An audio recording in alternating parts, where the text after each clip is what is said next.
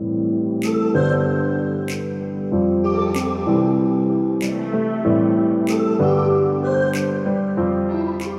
everyone. My name is Marta Manriquez. I'm the coordinator for the Graduate Student Center. I'd like to welcome you to our workshop today, Money Matters for Graduate Programs. Our presenter is Kimber Wellman, and she is a counselor in the Financial Aid Office, and she will be talking to you about funding opportunities for graduate school. Graduate school is a journey, and it's different for everybody. So I'm here to just kind of touch on some bases that apply whether you're looking to go to CSUB or out of state, any college, anywhere.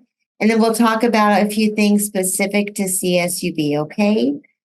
All right, so again, you guys, my name is Kim Wellman. I am the scholarship coordinator and a financial aid advisor here at CSUB. I'm also a double alumna. I received my bachelor's and my master's here as well. So just here to help you in any way I can. All right. So I hear students sometimes say, I don't know if I can make it to graduate school. How am I going to afford it? What am I going to do? How do I make it happen? And the first thing to keep in mind is that yes, you can. You can make it happen. So it might take some planning, it might take some preparation, some saving, some budgeting, but you can make it happen. So the four main things I want to talk about today are things to make sure you're educated on before you start that journey. If you're already in the journey, you're already going to graduate school, find out which questions you need to ask. So we're going to talk about application and testing fees, published cost versus out-of-pocket cost. And this is probably the biggest, most impactful topic that we'll cover today. Some financial tools, and then the financial aid process in general. Okay, so application fees. You got to apply to go to graduate school, just like you did to go to undergraduate school. And every school is different. There are schools out there that have the no fee application process, but they can range all the way up to a couple $100 and even higher. Most application fees are going to fall into the $50 to $85 range. Some testing fees, depending on the program you're going into, you might have to take the test ahead of time. So the GRE is currently at $220, GMAT $275 if you're doing it in person, $300 online, and the LSATs are now $222. And these were the most updated fees that I could find as of yesterday. The big hint in this section is always contact the school to see if they offer application waivers based on, your financial situation or even other circumstances. They might offer a reduced or a waiver for the application fee. Also look into testing fees and waivers as well. And for those, I recommend you look at the undergraduate school you went to. For example, here, you might want to go talk to our Graduate Student Center to see if they have any assistance for testing fees. And then again, also reach out to the school you might be going to see if they offer any kind of fee waiver or assistance as well. A published cost of attendance versus actual out-of-pocket cost. So when you're looking at going to school and you're, trying to pick what school is a good fit for me, what school can I afford, what school can I make happen, don't ever judge whether you can afford it or not by the tuition costs that you see online, okay? Most graduate programs are going to have financial aid available, and that will vary depending on whether you're looking at like a CSU, a private university, something in the middle. There might be a combination of government assistance as well as private assistance. But those published tuition rates can be really misleading. So always talk to the campus, find out, how much aid they're going to be able to offer you before you make that final decision on whether or not that's a school that will work for you. So your out-of-pocket is going to be your expected cost of attendance minus that financial aid that they might possibly be able to give you. So we've got an example of our CSUB cost of attendance budgets here. So they vary depending on whether you're projected to live with parent on campus or off campus. So if we look at the CSUB one, and again, this is just an example, every school should have these published on their websites or available by request at the very least. So for us, if we look at this, tuition fees, unless you're living on campus, tuition is the only set cost, right? Everything else is kind of an estimate or a variable. But on average, that is what it will cost a student to attend school full-time during the year. So the total, like with parent, is $23,000, on campus $28,000, off campus $32,000. So let's say you're looking at going to CSUB, you've got that budget of $32,942. You apply, we give you your financial aid offer and tell you we can give you $20,000 in aid. So your out of pocket would be that $12,942, the difference. Just an example, I went looking around online and was looking at Princeton, and the average cost for a graduate program there for the year was about $77,000. But let's say that's $77,000 and they offer you a $40,000 assistantship as a graduate student and then $20,000 in aid. Now you're looking at out of pocket around $10,000, which is very similar to what it would be here at CSUB. So make sure, again, reach out to those campuses, find out what your actual out-of-pocket expenses would be. Know the bigger picture. Why am I wanting to get a graduate degree? How is this going to impact me financially? Is it worth the cost, the debt that I might take on to finish that degree? So I just wanted to show these as an example.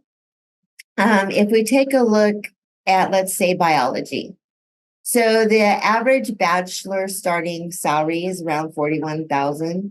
As a master's, it's around $63,000. So that's pretty significant. That's about $20,000 more per year after you get your master's.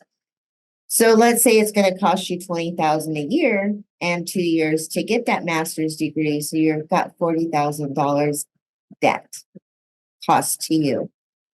In 2 years, you can have those funds back by earning that master's degree.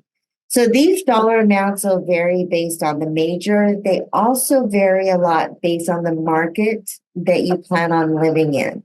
And there's studies out there. So once you have an idea what your major is and what program you're looking at, look at the area that you'll be living in as well. And you can take a look and see what the anticipated return on your investment for that degree will be. And again, it varies by not only program, but by the market that you could be living in.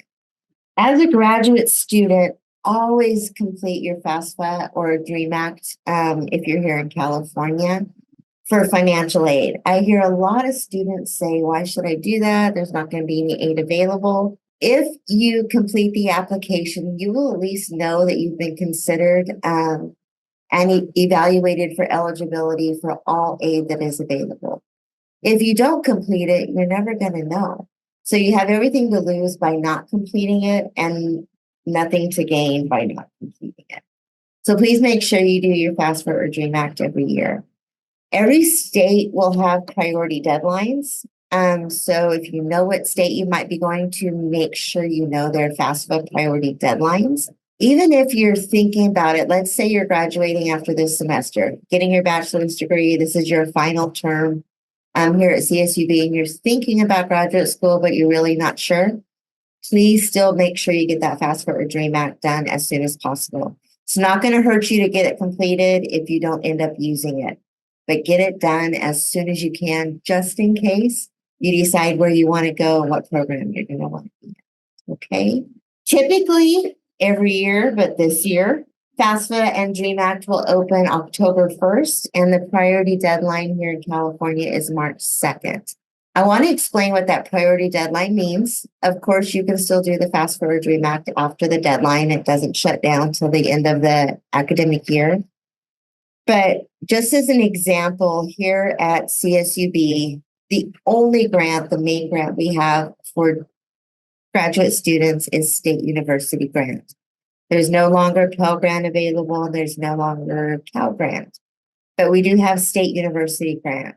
We have a very limited bucket of funds for graduate students, and we're going to prioritize who we award those funds to based, of course, on their eligibility, but also the date they completed that application, that FAFSA or DREAM Act.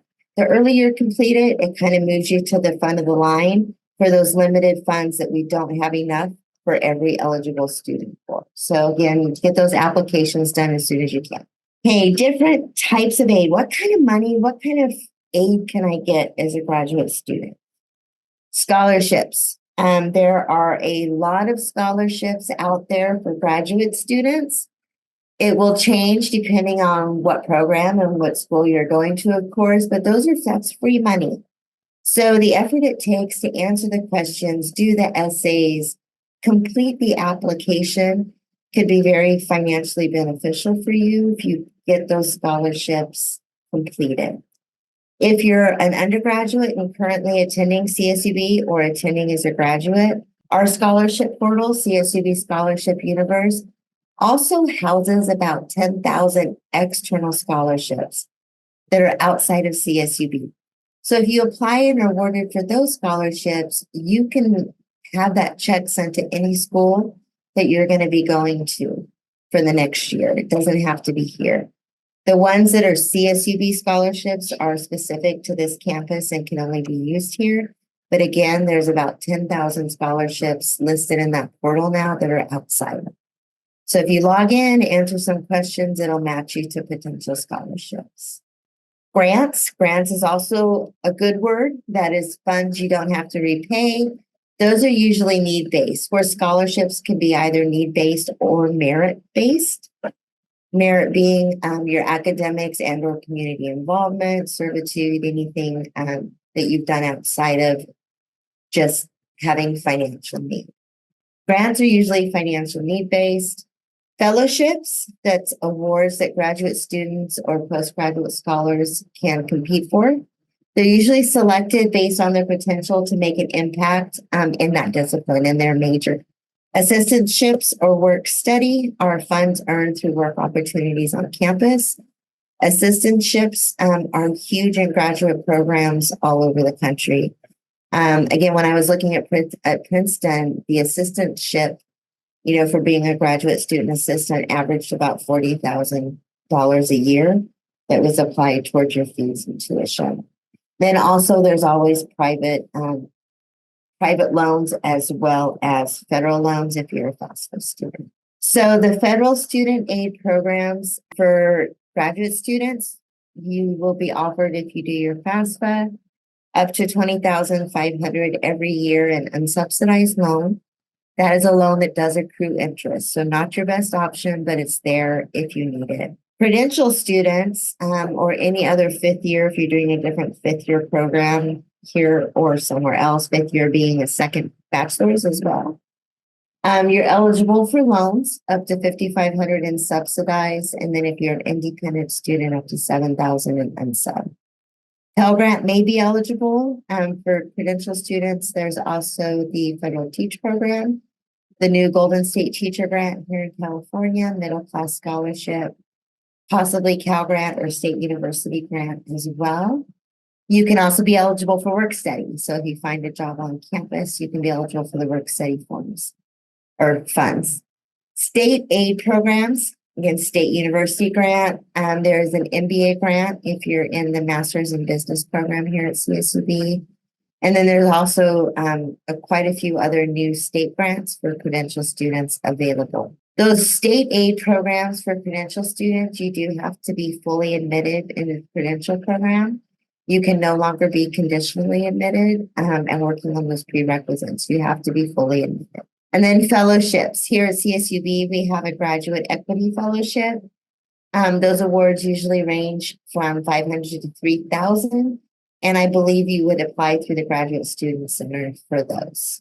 Grants available will vary. They'll vary by school that you're going to. They'll vary by state. They'll also vary by the major that you're looking at, as some grants are funded based on STEM programs. There's a lot of grants out there right now for teaching programs. So make sure you talk to the school that you plan on going to find out what all could be available for you at that campus, okay? Because it really will vary. Scholarships, fellowships, assistantships, again, will vary by school, program, and major. And then always search for external scholarships. And I included the link here to our CSUB Scholarship Universe as an example. But again, any campus you're looking at will have a scholarship portal as well, where you can go take a look. So our scholarships for the upcoming year just opened 2 days ago. So the portal is open and does include our CSUB scholarships for starting next fall. Hey, how do you receive aid? Again, make sure you do that FAFSA or DREAM Act. Follow up on your MyCSUB, or whatever portal you might have at a different campus. Turn in all your requested documentation, okay? Make sure that you're admitted to the campus, at least conditionally admitted to be considered for loans or any aid you can receive as a conditional student.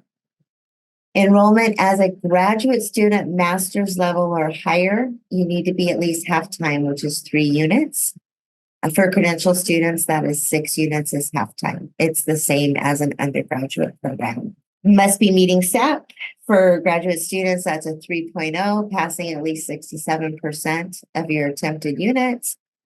And then just a side note, whatever campus you end up on, make sure you find out how to get your refund if you get financial aid. Do you need to set up direct deposit? Will they mail out checks? Because that will be different campus to campus as well. All right, time for questions. Hello. I'm a graduate student right now at CSUB. Is it still okay for me to apply for pretty much everything there? Absolutely. Are you still coming back in fall? Yes, I am. Yeah, absolutely. Get on that scholarship portal and get that FAFSA or DREAM Act done. I want to help you guys get every dollar you can, whether it's here at CSUB or elsewhere. If you're going to be attending a graduate program elsewhere, please feel free to reach out to me at that email as well. If I don't know the answers, I'll get you to the right person, even if that's at another campus, okay? Also, does some form of financial aid preclude you from receiving other forms of financial aid and that sort of thing? Like, could you get locked into something bad or something? Like, I don't know. We're always gonna, let's say you have multiple aid types and they kind of overlap, like they both pay the same fees, Robert. We're always gonna give you the one has the best financial impact for you. But yes, there are some. It's not so common as a graduate student, but more as an undergraduate. Like you can't have Cal Grant fees and also State University grant because they pay the exact same part of your tuition. I don't see that happen as much for graduate students, but if it did, we would work with you to make sure we get you as many dollars as we can. In my first year in the master's program for the nurse practitioner program, do you know if applying for FAFSA, does that conflict with the other scholarship they offer usually in the fall? I think it's HRSA. Yeah, no. HRSA is one of the ones that does kind of cover your full cost of attendance budget. So it just depends on what other kind of aid you're awarded. Let's say you get the HRSA award, you will not be denied that aid because you did your FAFSA. Always do that FAFSA or DREAM Act just in case. And if that HRSA scholarship is the better one, then that's what would apply. And if all you're receiving is scholarships, those free funds, and they're not need-based scholarships, we can award you over your cost of attendance. Those are considered like entitlement awards. And I just want to share an example. I think it's 2 years ago now. I had a nursing student, as a matter of fact, who went in and completed I don't know exactly how many scholarship applications she did for external scholarships, but she ended receiving about $45,000 worth of scholarships in 1 year here at CSUB. So that not only covered her tuition, but pretty much covered all of her living costs for the entire year. So it can be done. Got it. Thank you so much. Hey, you're welcome. Do you have to be admitted to the credential program to apply for the Golden State Teach Grant? You can apply at any time, but if you are awarded, we will not be able to disperse that and award it to you unless you are fully admitted to the credential program. That's one of those that we cannot disperse if you're conditionally admitted. You have to be fully admitted. I don't know if this was covered, but does the Dream Act require you to, I guess, be undocumented or something like that? Like, I don't know. To complete the California Dream Act, number one, you have to be not FAFSA eligible. So if you're FAFSA eligible, you always want to do the FAFSA because there's more aid available there. But for students who qualify for the Dream Act, but who are not eligible for the FAFSA, they want to make sure they do the California Dream Act. Don't do both because that'll end up causing problems for you and the applications kind of get locked up. But if you're not sure which one applies to you, you can come talk to us as well. So I have a question on the FAFSA deadline. Is the deadline for this year March or in April? I know the slide said it's normally March.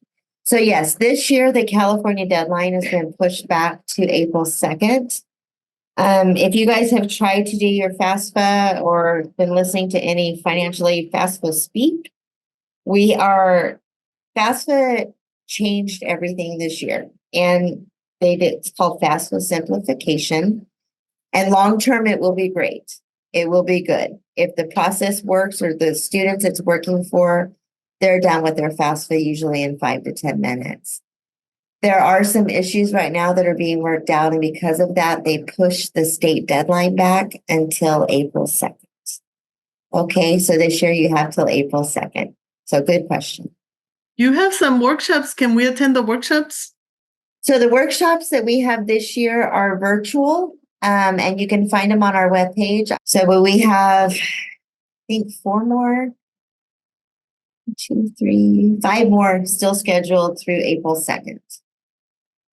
I got more of a comment because I know some of the students here are not graduate students yet.